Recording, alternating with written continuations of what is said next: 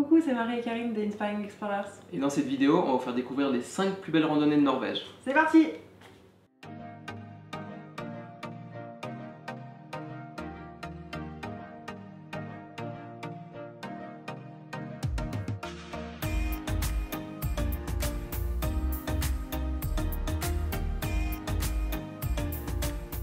Alors, en juin, on s'est rendu en Norvège. Et qui dit Norvège dit randonnée. C'est obligé, je pense que c'est un des spots préférés au monde pour les randonneurs. Je crois que c'est même un sport national là-bas. Ouais, vraiment.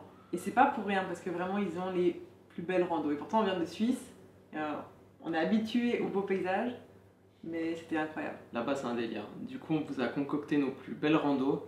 Alors, on pense qu'il y en a d'autres. Évidemment, mais il y en a d'autres. Celle qu'on a fait, donc, c'est vraiment au sud de la Norvège et au nord dans les Lofoten. Mais je pense que ça donne déjà un bon aperçu. Je crois que ça fait partie des randos les plus belles de Norvège de base. Du monde. Du monde, même. Allez, c'est parti. Du coup, la première randonnée, on est sûr que vous l'avez déjà vue sur internet ou des photos, en tout cas c'est sûr. Elle s'appelle Preikestolen. Elle se situe pas très loin de la ville de Stavanger. Et c'est une randonnée qui fait 8 km de long, 4 km aller, 4 km retour, pour à peu près 500 mètres de dénivelé. Elle n'est pas difficile, elle est très populaire. Donc on vous conseille d'aller soit très tôt le matin, soit en fin de journée. Mais ça vaut vraiment le détour parce que vous arrivez sur une sorte de montagne qui sort. Ouais, un plateau avec une vue sur les fjords et c'est vraiment fabuleux. C'est possible que vous la connaissiez sous son autre nom qui est Pulpit Rock, si jamais c'est la même chose. Et puis j'aimerais préciser qu'il y a un aéroport à Stavanger et qu'il y a aussi des lignes de train depuis Oslo.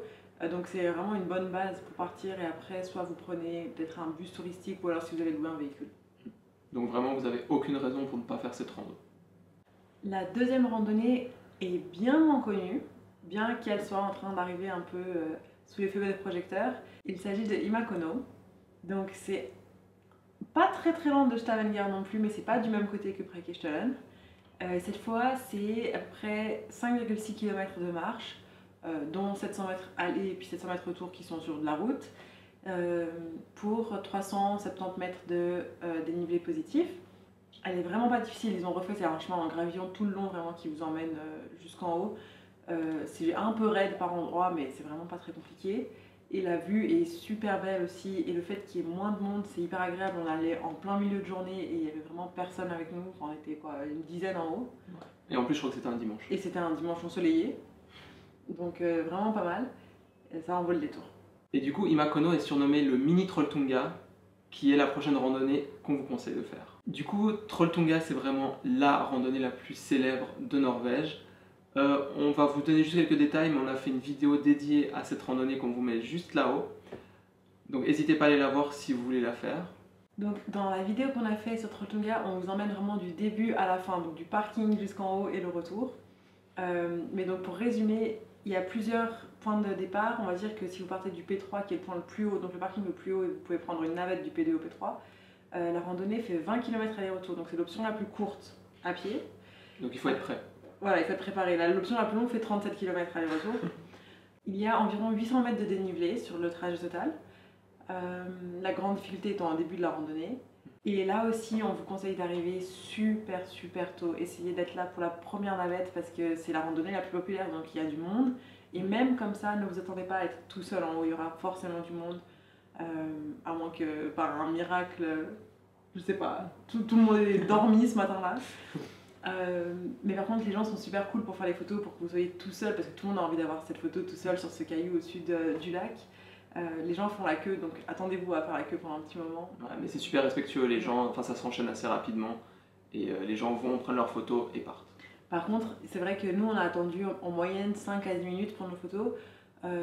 On a entendu parler que parfois l'attente pouvait monter jusqu'à 2 heures pour prendre la photo. Donc, je pense qu'en plein été, ouais, ça doit être soyez prêts. Alors que nous, quand on y allait, il y avait encore de la neige sur quasiment tout le chemin. Ouais. Donc je pense que ça rebute un petit peu les gens d'y aller. Et du coup, voilà les 3 principales randonnées qu'on a fait au sud de la Norvège. Et maintenant, on file au nord, au Lofoten.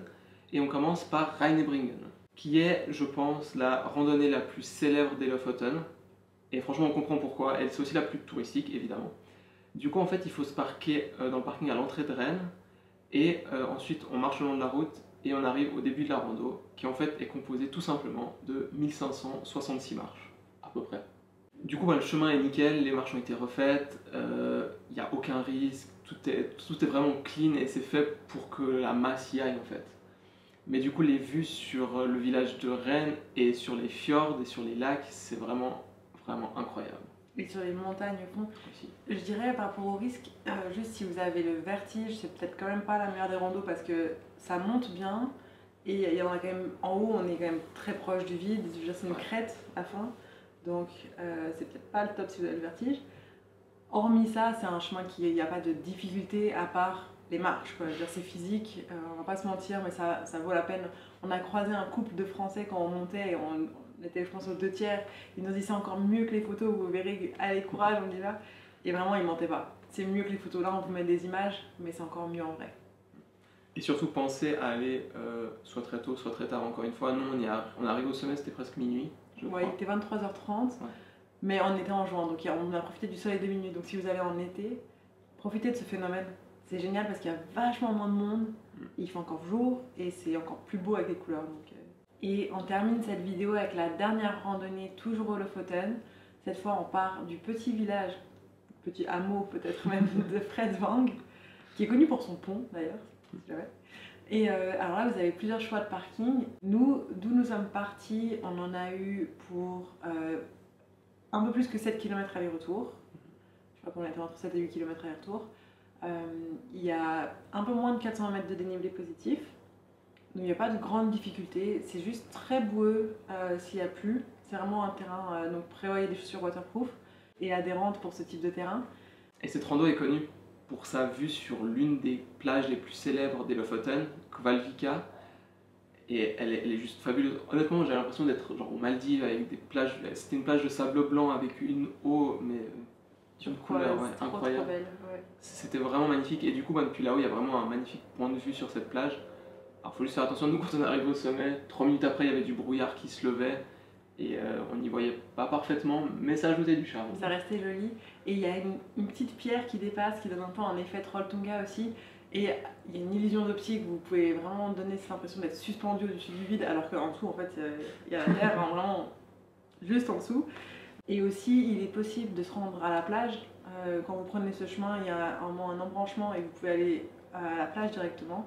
On ne l'a pas fait parce qu'on préférait voir d'au-dessus, mais c'est aussi une possibilité. Voilà, du coup, c'était nos 5 randonnées préférées en Norvège. J'aimerais juste finir avec 2-3 petits conseils pour les randonnées en Norvège. Comme ça, on termine cette vidéo. Prenez des couches d'habits parce que le temps change super vite. À un moment, il fait super beau et chaud, d'un coup, ça se couvre et il fait froid, il peut pleuvoir, puis ça s'arrête, et machin. Donc, prévoyez toujours d'avoir des habits waterproof avec vous. Windproof aussi parce qu'il souffle pas mal et le vent peut être assez froid. Ouais, des bonnes chaussures. Ne surestimez pas vos capacités physiques. Il y a certaines randonnées qui sont très demandantes. On a vu des gens sur Trolltunga partir pas du tout équipés en jeans et en petites baskets et qui avaient l'air vraiment de galérer. Vraiment, dans la neige. Dans la neige, ouais. Vérifiez les conditions météo sur les sites officiels, tout est indiqué. Ouais. Et soyez prudents et surtout, ne laissez pas de déchets, s'il vous plaît, et ramassez-en si vous en voyez. On espère que cette vidéo vous aura plu. Si c'est le cas, n'hésitez pas à mettre un pouce en l'air, à vous abonner et à lâcher un commentaire. À bientôt. À bientôt.